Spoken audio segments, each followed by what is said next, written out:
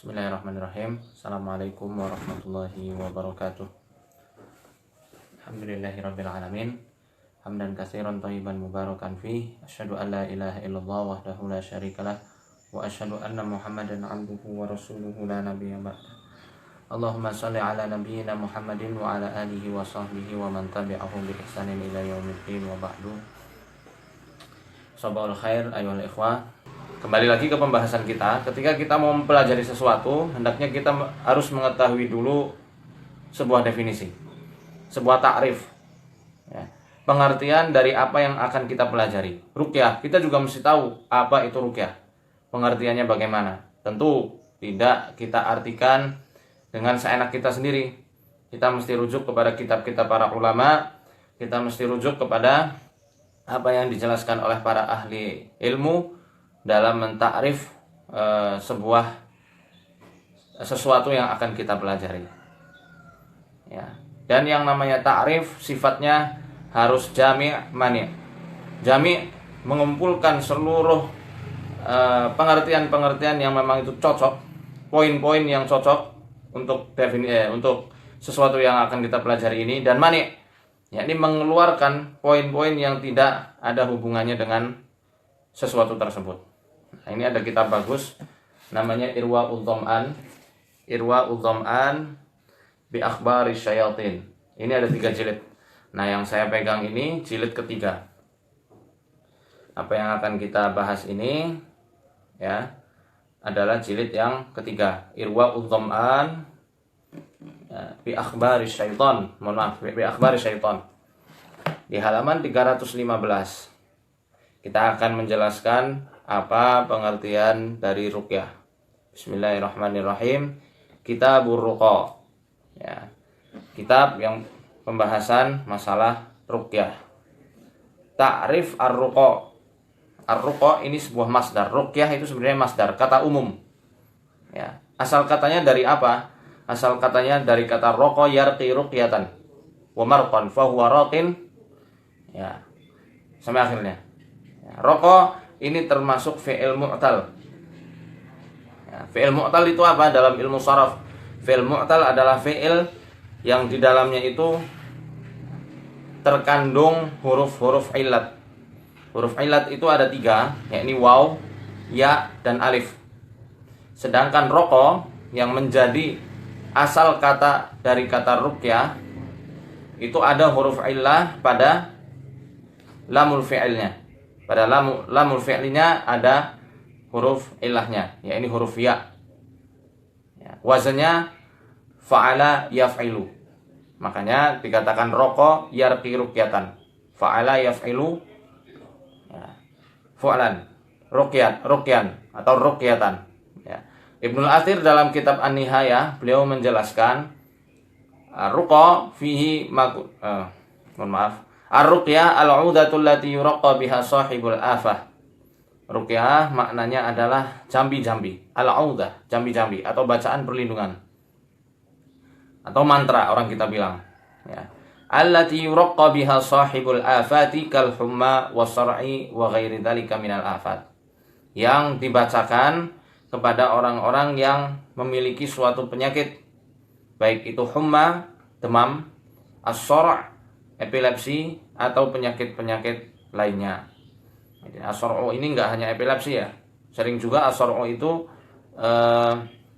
diartikan menjadi kesurupan. Ya.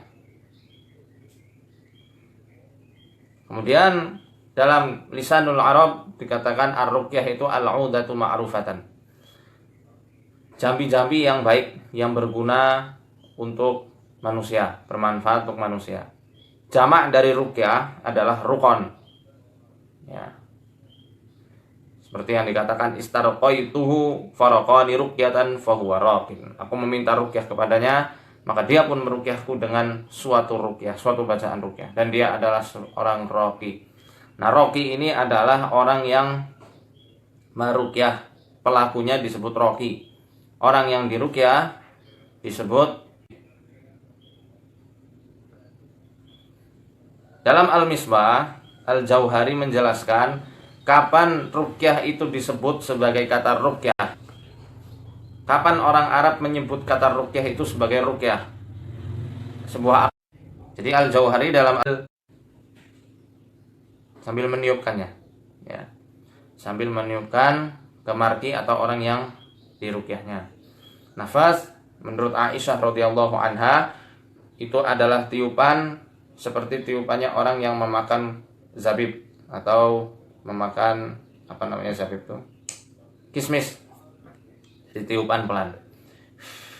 Bukan bisa seperti itu, tapi secara umum orang yang meruqyah adalah ka'akiliz zabib, seperti orang yang sedang memakan kismis, sehingga tiupannya itu lembut dan pelan. Kadang juga disertai dengan sedikit ludah, seperti yang dicontohkan oleh Syekh Abdul Barra Usamah bin Yasin Al-Ma'ani. Saat itu saya yang jadi bahan percobaan. Nah, ludahnya itu tidak dikumpulkan, bukan mengumpulkan lendir dulu, tuh, bukan seperti itu, tetapi cukup atau jadi ludahnya tidak banyak, sangat sedikit. Nah, itu sebuah aktivitas dinamai ruqyah saat ada jambi-jambi yang dibacakan dengan disertai nafas tiupan, atau orang Jawa sering menyebutnya dengan suwuk.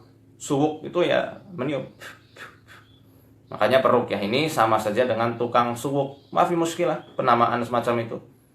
Kalau roki itu penamaan dari bahasa Arab, fa'il dari roqa yarqi ruqyatan, sedangkan tukang suwuk itu adalah pelaku dari penyuwukan itu sendiri atau ruqyah.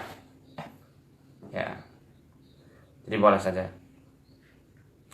Ini belum melengkapi. Ya, Syekhul Islam Ibnu Taimiyah rahimahullah juga menjelaskan dalam kitab Majmu' Fatawa jilid 1 halaman 182, ada juga di jilid 10 halaman 195. Beliau menjelaskan ar-ruqa bimakna ta'wil. Ruqyah maknanya adalah ta'wil. Ta'wil itu adalah bacaan perlindungan. Wal istirqa talabur ruqyah. Sedangkan istirqa adalah meminta untuk diruqyah. Wa huwa min anwa'id du'a. Dan ruqyah ini adalah salah satu cabang bagian dari kata doa itu sendiri.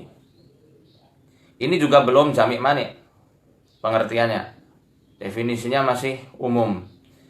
Ketika kita menggunakan hujahnya Ibnu Taimiyah, nanti para pawang-pawang hujan mereka juga bisa berkilah.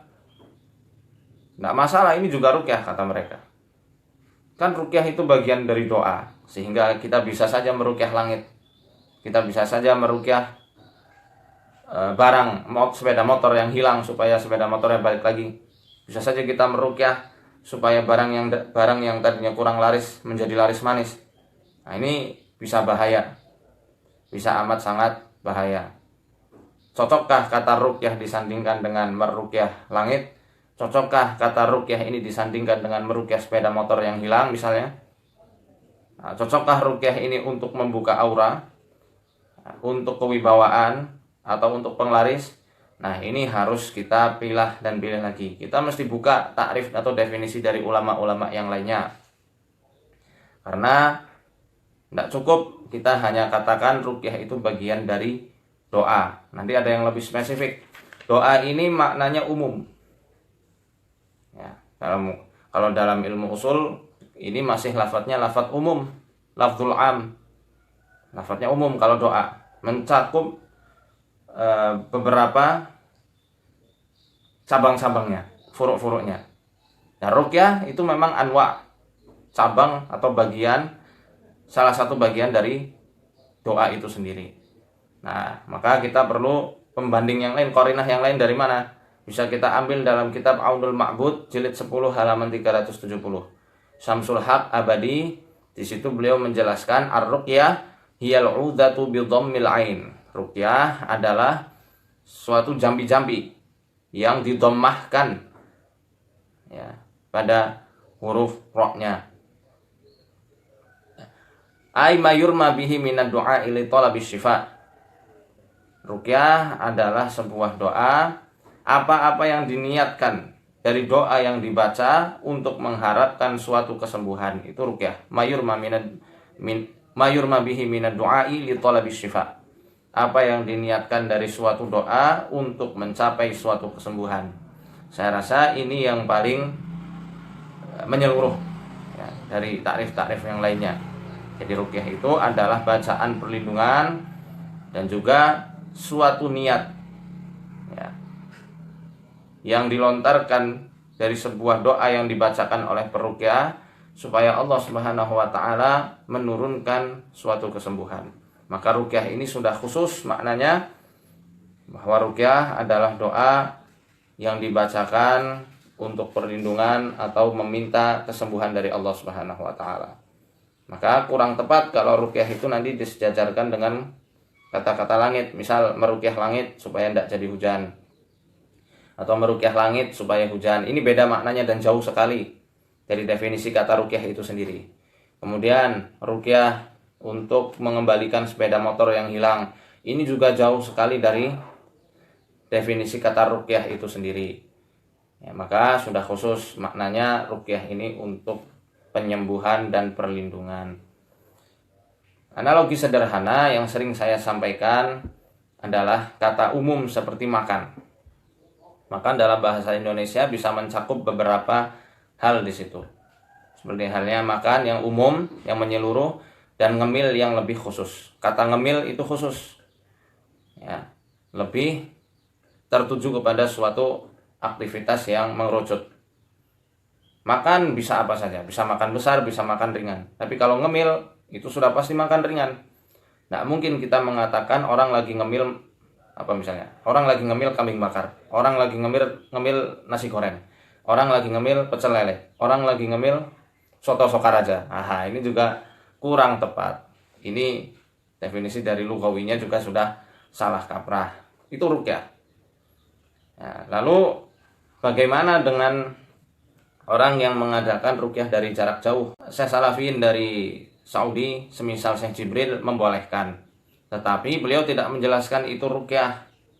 Kita meruqyah dari jarak jauh ada beberapa syaratnya. Yang pertama, apa yang dibaca harus bisa didengar oleh marki atau orang yang diruqyah. Jadi dengan apa? Bisa dengan video call, bisa dengan telepon ya.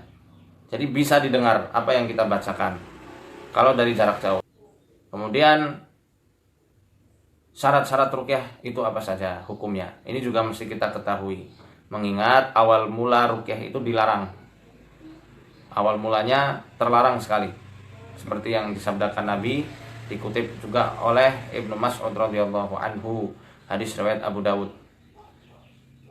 Ya, Ibnu Mas'ud saat itu berkata, aku pernah mendengar Rasulullah sallallahu alaihi wasallam bersabda, "Innar ruqa wa tamaima wa tiwalata syirkun." Sesungguhnya ruqyah jambi-jambi, tamaim jimat-jimat yang digantungkan, tiwalah ilmu pelet itu semuanya syirik. Secara otomatis ketika beliau mengatakan syirik itu sudah pasti haram hukumnya.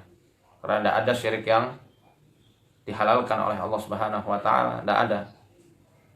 Ya. Maka awalnya haram. Sehingga ada doabit, ada kaidah-kaidah yang harus ditegakkan supaya ruqyah itu dibolehkan. Kaidah ini diambil dari sebuah hadis diriwayatkan oleh Auf bin Malik al-Asja'i radhiyallahu anhu, diriwayatkan oleh Imam Muslim. Ini Rasul sallallahu alaihi wasallam saat itu bersabda, "I'ridu alayya ruqakum la ba'sa birruqa ma lam yakun fihi syirkun." Perlihatkan ruqyah kalian. Tidak mengapa kalian melakukan ruqyah selagi di dalam ruqyah tidak ada unsur syirik. Ini kaidah yang pertama dan mendasar. Maka kalau peruqyah kok anti dengan kata-kata syirik, ya kita tanda tanya besar itu dan perlu dicurigai. Kenapa anti dengan kata syirik? Padahal kata syirik ini adalah satu kaidah yang paling dasar, fundamental ya, yang memisahkan mana ruqyah yang dibolehkan dan mana ruqyah yang terlarang menurut syariat. Maka tidak perlu kita anti dengan kata-kata syirik. Ya, karena ini urgen sekali dalam dakwah ruqyah ini. Wabit yang pertama, kaidah yang pertama yang membolehkan ruqyah itu dijalankan. Boleh ruqyah itu dijalankan dan dibolehkan. Itu apa yang pertama? An yakuna bi kalamillah. Harus menggunakan Al-Qur'an dengan Asmaul Husna dan dengan sifat-sifatnya Allah. Dengan Asmaul Husna, ya Hayyu ya Qayyum, bi rahmatika astaghits. Dengan sifat-sifatnya Allah misalnya seperti yang dicontohkan Nabi, Allahumma rabban nas adhibil ba'sa ishfi wa antas syafi. Asy-Syafi sifatnya Allah yang maha menyembuhkan, sembuhkan dia ya Allah, wahai Tuhan sekalian manusia. Nah, ini dibolehkan ya. Kan ada juga yang kadang diselewengkan dengan Asmaul Husna tapi dibaca sampai sekian ratus, sekian ribu kali dengan ritual-ritual tertentu. Ini bahaya ya. Asmaul Husna lebih baik dengan dibacakan asmanya, kemudian kita bertawasul dengan itu boleh, kemudian meminta kepada Allah kesembuhan untuk orang yang kita ruqyah. Yang kedua, an yakuna bilisanil arabi, harus menggunakan bahasa Arab, au bima yu'rafu ma'nahu min ghairih, atau dengan bahasa yang difahami oleh orang sekitarnya, oleh orang-orang di situ. Jadi bukan bahasa yang majhul, bukan dengan bahasa yang tidak difahami maknanya, harus dengan bahasa yang difahami. Berarti boleh dong kita meruqyah dengan bahasa Indonesia? Boleh. Boleh, dengan bahasa Jawa boleh. Tapi tidak perlu kita khususkan lafadznya. Niat ingsun mate anci ya misalnya. Akhirnya jangan seperti itu. Ya. Atau menggunakan kulhu geni misalnya, jangan, tidak boleh kalau semacam itu. Yang dimaksud dibolehkan meruqyah dengan bahasa daerah masing-masing. Contoh, ya Allah, sembuhkanlah saudaraku ini dengan penyakitnya. Sembuhkanlah saudaraku ini dari penyakitnya. Penyakit bisul atau penyakit panu, nah, tidak masalah. Tiupkan, diusap setelahnya. Atau bisa dikasih minyak sambil dipijit. Atau dengan ditepuk. Atau dengan digoreskan dengan jari. Atau ditiupkan. Tiupkan, usap, tiupkan, usap. Atau usap, tiupkan. Terserah. Atau setelahnya bisa dengan dimandikan. Nah, nanti ini beda lagi antara ruqyah dengan nusroh. Nah, ini pembahasannya lumayan panjang. Dan harus detail masalah ini. Karena menyangkut akidah. Ya, jadi dibolehkan meruqyah menggunakan bahasa Indonesia.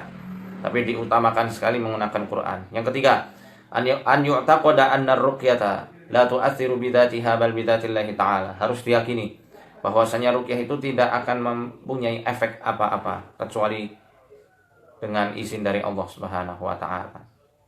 Ini seperti yang pernah kita bahas kemarin dalam fikihnya Asy'ari. Imam Bajuri dalam kitab Tahdzibut Tahdzib, beliau menjelaskan siapa saja yang meyakini sebuah sebab-sebab itu bisa menimbulkan penyebabnya, menimbulkan akibatnya dengan zatnya sendiri. Seperti misalnya api bisa membakar dengan sendirinya. Misalnya apa lagi? Pisau bisa memotong dengan sendirinya. Makanan bisa mengenyangkan dengan zatnya. Minuman bisa menghilangkan dahaga dengan zatnya. Maka kata beliau, itu termasuk keyakinannya orang-orang kafir. Itu kata beliau sendiri. Au biquwwatin khalaqahallahu fihi, atau misalnya dengan meyakini bahwasanya di situ ada kekuatan yang Allah simpan tanpa ada sultan, tanpa ada penjelas dari Al-Qur'an dan Sunnah. Maka ini juga termasuk fasiqun mubtadi', orang yang fasik karena telah melakukan kedustaan yang besar, dan mubtadi' termasuk orang-orang yang melakukan perbuatan bid'ah. Jadi dalam ruqyah itu sendiri juga jangan diyakini ruqyah bisa menyembuhkan secara zatnya. Quran pengobatan pertama, sahih, betul. Muttafiq. Muafiq. Saya setuju dan kita semua pasti setuju. Tapi ingat, ruqyah tidak bisa menyembuhkan dengan zatnya. Ruqyah itu kan dengan kalamullah. Kalamullah itu sifatnya, betul. Al-Quran sifatnya Allah Subhanahu wa ta'ala. Dan sifat dan zatnya Allah tidak bisa dipisah-pisahkan antara satu dengan yang lain. Tapi ingat, ruqyah itu bukan bagian dari sifatnya Allah. Itu termasuk af'alul ibad. Itu termasuk dari usaha seorang hamba dalam berikhtiar mencapai suatu kesembuhan. Makanya ruqyah itu berbeda dengan Al-Quran itu sendiri. Kita meruqyah dengan Al-Quran, kita meruqyah dengan zikir-zikir yang kita ketahui, kita meruqyah dengan jambi-jambi yang lainnya. Itu ruqyah. Maka Quran itu sendiri kalamullah ya kalamullah, ruqyah ya ruqyah. Maka tidak boleh ruqyah itu diyakini bisa menyembuhkan dengan zatnya, karena ruqyah itu termasuk makhluk, walaupun yang dibaca adalah sifatnya Allah yang maha tinggi dan maha mulia. Semoga bisa difahami di sini. Ruqyah jarak jauh tapi dengan menerawang, dengan melihat foto, kemudian dari foto itu dilingkar-lingkari. Saya tidak tahu dari mana itu. Ya, dilingkar-lingkari, oh berarti di sini dilingkari, misal di pundak. Di pundak itu terindikasi ada jinnya. Dilingkari di perutnya misalnya, oh di perut itu terindikasi ada jinnya atau ada sihirnya. Dilingkari misalnya di mana? di lubang hidungnya, oh di situ banyak bulu hidungnya misalnya. Ini wallahu a'lam kaidah dari mana, teknik dari mana, dan ajaran dari mana saya tidak tahu. Macam itu, teknik-teknik macam itu bahaya sekali. Apa-apa yang sudah mainnya kepada tahapan khayali, suatu pengkhayalan, ilusi, itu bisa menjadi sihir dan bisa berimbas luar biasa kepada siapa saja yang mempraktekannya. Ini sebuah nasihat, bukan kritik atau bukan suatu ujaran kebencian saya atau kepada saudara-saudara saya, enggak. Ini sebuah tanda kasih sayang. Hati-hati, sudah banyak yang kena imbasnya. Jangan sampai antum seperti itu. Ya. Cukuplah yang mengetahui hal gaib itu Allah Subhanahu wa taala. Walaupun memang betul ada teknik-teknik khusus untuk mengetahui orang ini ada gangguan atau tidak, dilihat dari wajah, dilihat dari tangannya.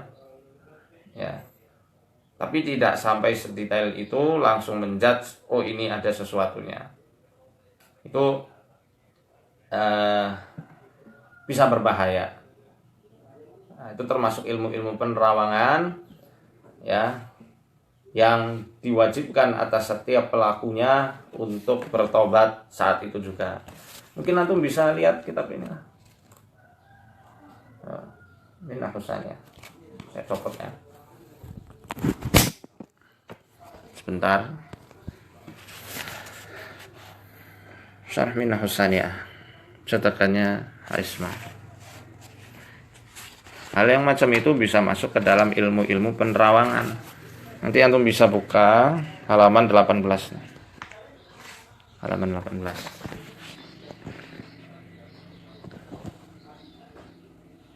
Nih. Ini tentang ilmu kasyaf sebenarnya. Ini sudah pernah saya bahas sih.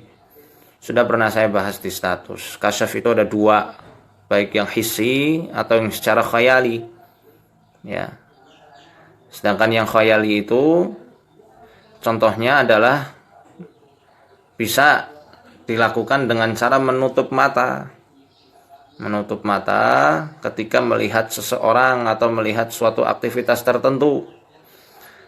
Ya. Apabila saat itu juga dia terbayang sesuatu, maka itulah yang dimaksud dengan kasyaf khayali, yang menggunakan bayangan, bayangan-bayangan tertentu dengan mengkhayalkan sesuatu.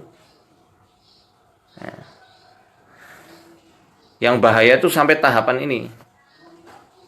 Kalau sampai tahapan ini, maka seseorang itu sudah dipermainkan oleh para setan.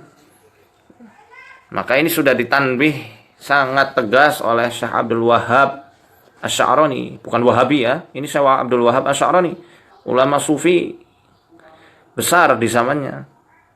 Nah, undur. Lihat.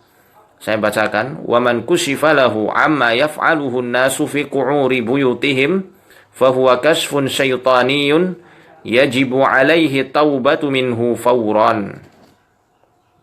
Ini saya garis bawahi. Barang siapa yang ditampakkan atau bisa melihat apa saja yang dikerjakan oleh orang-orang di celah rumahnya, di celah-celah rumahnya.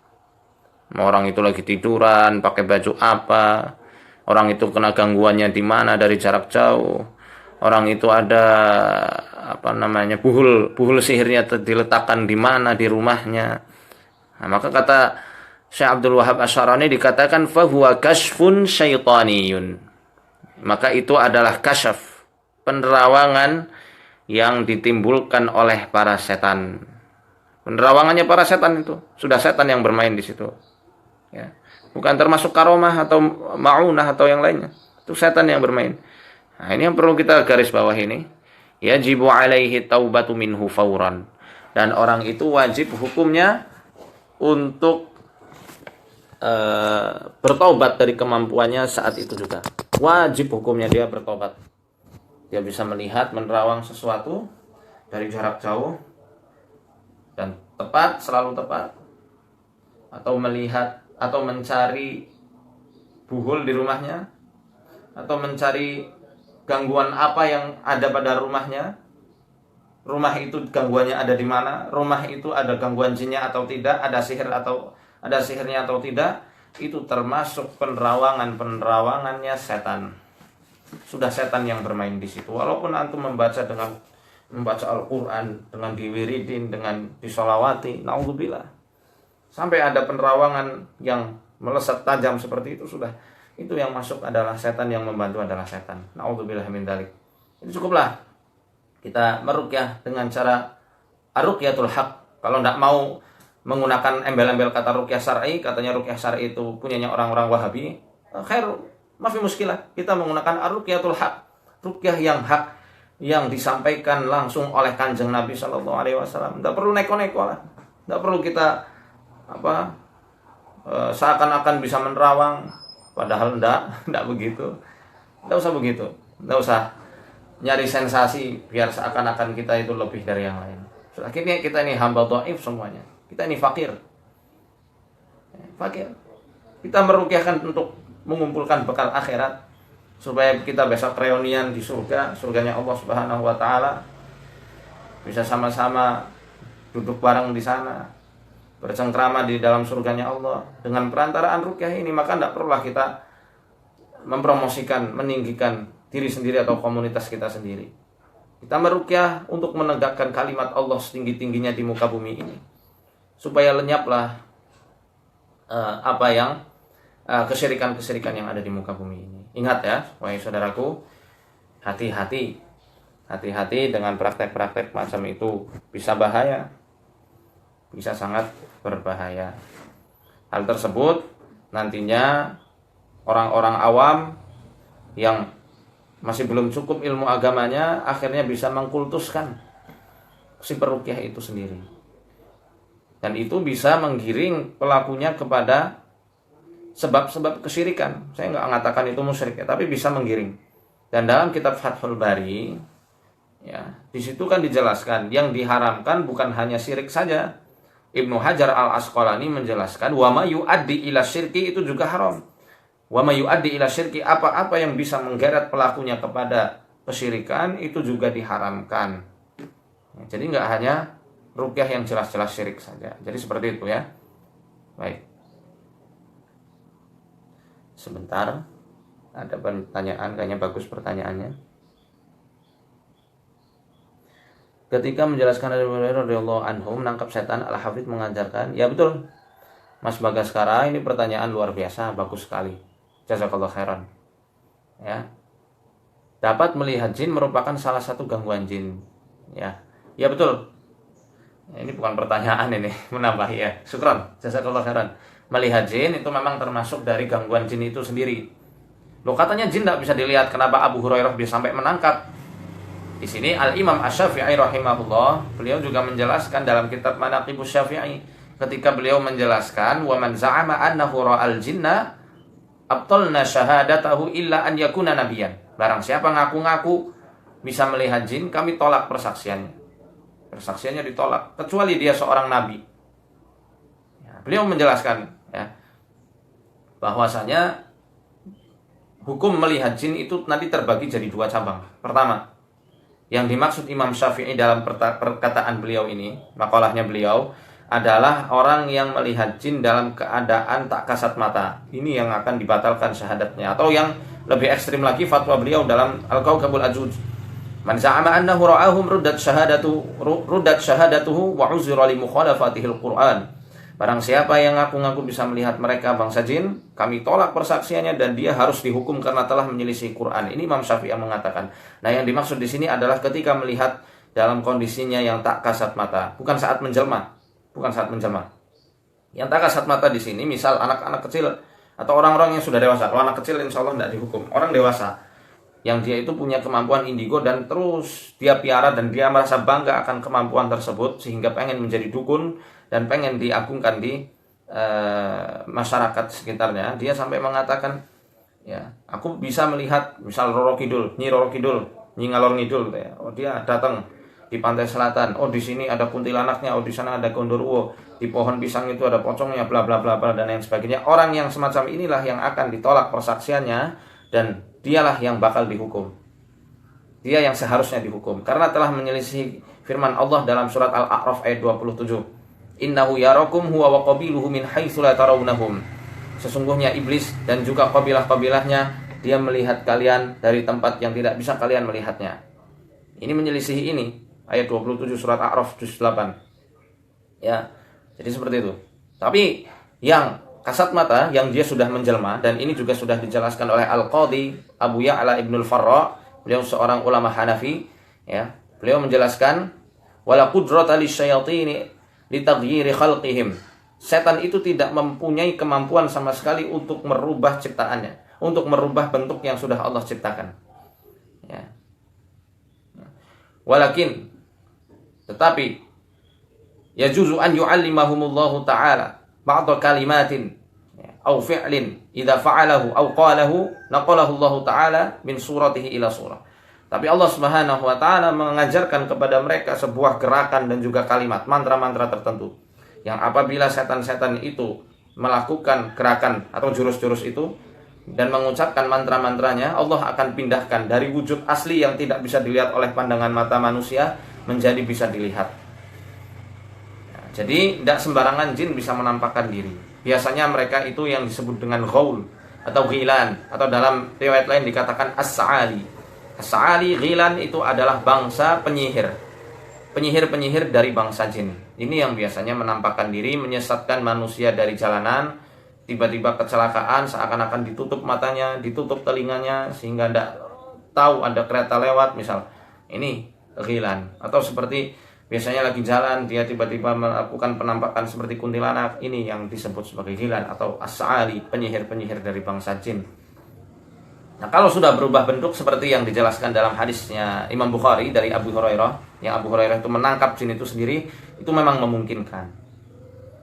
Dan biasanya jin ketika menampakkan diri, kebanyakan wujudnya kecil. Ya, walaupun tidak selamanya begitu.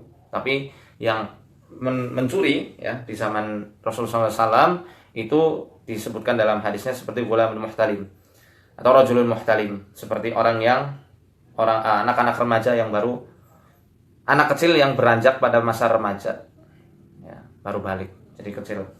Kalau semacam itu bisa dilihat, bisa juga dipegang atau ditangkap. Bahkan antum bisa lihat juga di awal-awal juz 10 surat Al-Anfal.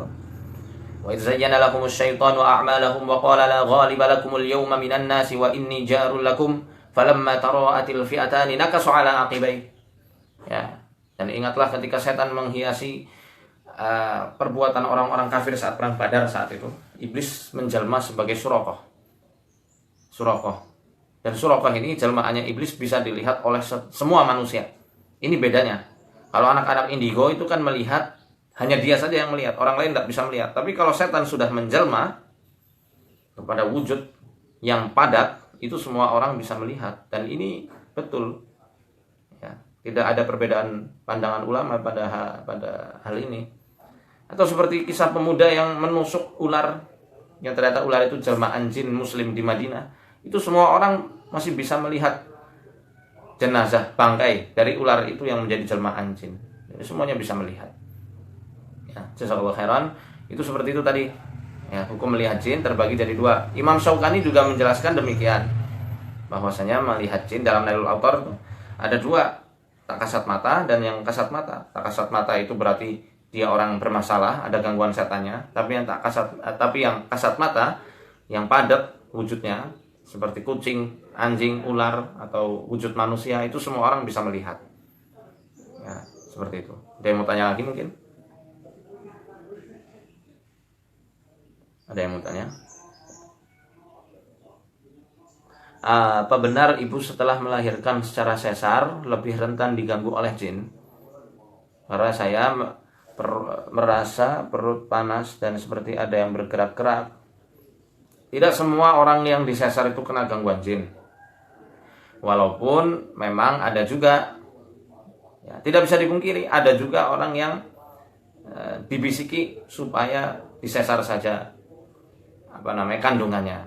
Tetapi ini bukan sesuatu dalil mutlak bahwasanya orang yang disesar itu sudah pasti kena gangguan jin. Nah, itu bukan dalil yang ilmiah.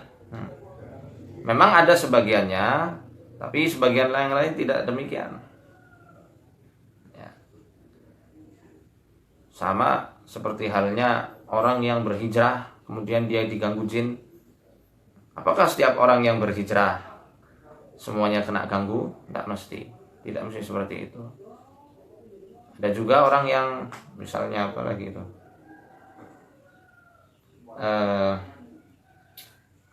hobi makan ayam misalnya. Ini pernah terjadi juga. Dia suka sekali makan ayam boiler, ayam-ayam yang fried chicken itu, yang goreng ya sebenarnya. Itu jinnya yang ngomong. Saya yang menjadikan dia gemar makan yang semacam ini, junk food. Saya yang menjadikannya gemar makan ayam. Saya yang menjadikannya gemar suka makan mie. Nah, apakah setiap orang yang suka makan mie itu sudah pasti kena ganggu jin? Tidak mesti. Itu bukan, tidak bisa kita umumkan, tidak bisa kita pukul rata bahwasanya orang-orang yang kena gangguan jin yang qadarullah sedang menghadapi pada suatu permasalahan atau suatu kebiasaan tertentu, lalu kita hukumi hal tersebut menjadi suatu sarangan atau suatu bagian dari gangguan jin. Tidak mesti macam itu. Nah, kalau misalnya ibu kok habis sesar, ada yang perutnya, ada yang gerak-gerak di perutnya, kemudian ada rasa panas, ruqyah mandiri itu lebih baik. Pegang perutnya, baca bismillah 3 kali. Tadi ibu siapa yang bicara, yang tanya? Pegang perutnya, baca bismillah 3 kali. Bismillah, bismillah, bismillah. Ini dicatat ya doanya. Kemudian baca doa yang saya bacakan. Ini hadis yang diriwayatkan oleh Imam Muslim. A'udzu billahi wa qudratihi min syarri ma ajidu wa uhadir. A'udzu billahi wa qudratihi min syarri ma ajidu wa uhadir. Itu dibaca 7 kali. Ya, nanti kalau misal lupa bisa diulangi video saya karena akan saya save ya. Kemudian setelah dibaca 7 kali sudah selesai, sambil diusap begini bisa ke bawah atau naikkan ke atas, atau bisa pegang dulu sambil diputar, kemudian membaca surat Al-Anbiya ayat berapa itu? Qulna ya narukuni bardaw wa salaman ala Ibrahim. Surat Al-Anbiya ayat 60-an. Nanti cari saja juz 17 surat Al-Anbiya. Qulna ya narukuni bardaw wa salaman ala Ibrahim. Sambil baca itu sambil minta sama Allah supaya menghilangkan rasa panas yang ada di perutnya. Barakallahu fiik. Kemudian kalau pusing di ubun-ubun sudah lama 7 tahun dan sering bermimpi jin yang berubah menjadi orang dan berbuat mesum jinnya dalam mimpi, gimana cara pengobatannya? Pegang kepalanya, pegang Azrea. Wallahu a'lam siapa nama aslinya. Pegang kepalanya. Ikuti doa yang tadi saya ajarkan. Bismillah 3 kali. Ini pembuka ya, doa pembuka seperti yang diajarkan Rasulullah SAW. Doa pembukanya bismillah, bismillah, bismillah. A'udzu billahi wa qudratihi min syarri ma ajidu wa uhadir 7 kali itu baca. Setelahnya baru membaca surat Hud ayat 52. Inni tawakkaltu 'ala Allahi rabbi wa rabbikum ma min dabbatin illa huwa akhidhum binasiyatiha. Ini diulang berulang-ulang. Illa huwa akhidhum binasiyatiha. Illa huwa akhidhum binasiyatiha. Illa huwa akhidhum binasiyatiha. Inna rabbi 'ala siratim mustaqim. Sambil dicabut bisa seperti ini. Atau surat Al-Ma'arij juga bisa.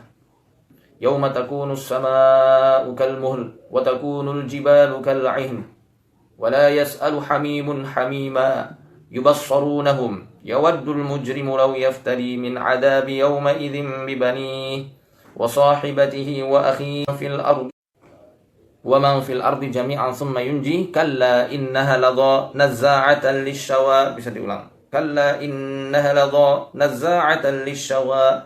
Nanti cek artinya. Sambil dibaca artinya, baca maknanya, renungi. Sungguh sekali-kali tidak bisa orang-orang yang berdosa itu menebus dosanya dengan orang lain supaya dicemplungin ke neraka. Tidak bisa. Innaha ladha. Neraka itu adalah apinya bergejolak. Nazza'atan lishawa, yang mengelupas kulit kepala. Kalau mereka masih ngeyel, doa sama Allah, kelupas kulit kepala jin yang ganggu selama ini di kepalaku wahai Allah, sambil baca itu. Ya, kalau masih ngeyel, baca terus pegang, usap lagi. Kemudian dibekam di ubun-ubunnya. Kemudian cari segenggam daun pegagan. Daun kaki kuda ya. Pegagan atau kaki kuda dicampur 8 kuntum bunga cempaka putih, 8 kuntum bunga cempaka putih. Kemudian dicampur 1 sendok makan jintan hitam. Bukan minyaknya, bukan kapsul, bukan minyak, tapi biji jintan hitam, bijinya langsung. Direbus dengan air 3 gelas, tunggu sampai sisa 1 gelas. Setelahnya kalau sudah selesai, sudah dingin, campur madu, campurnya dengan menggunakan sendok plastik, aduk, ruqyah, minum. Khair insyaallah. Semoga disembuhkan Allah Subhanahu wa taala. Apalagi nih?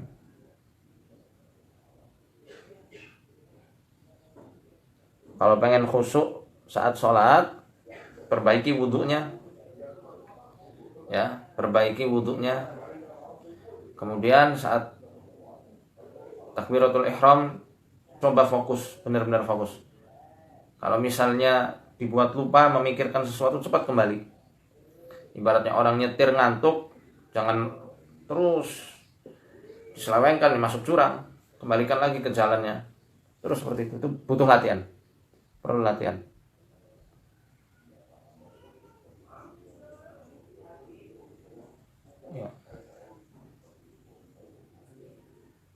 Ya mungkin hanya itu ya yang bisa saya sampaikan. Saya rasa sudah tidak ada pertanyaan yang lainnya.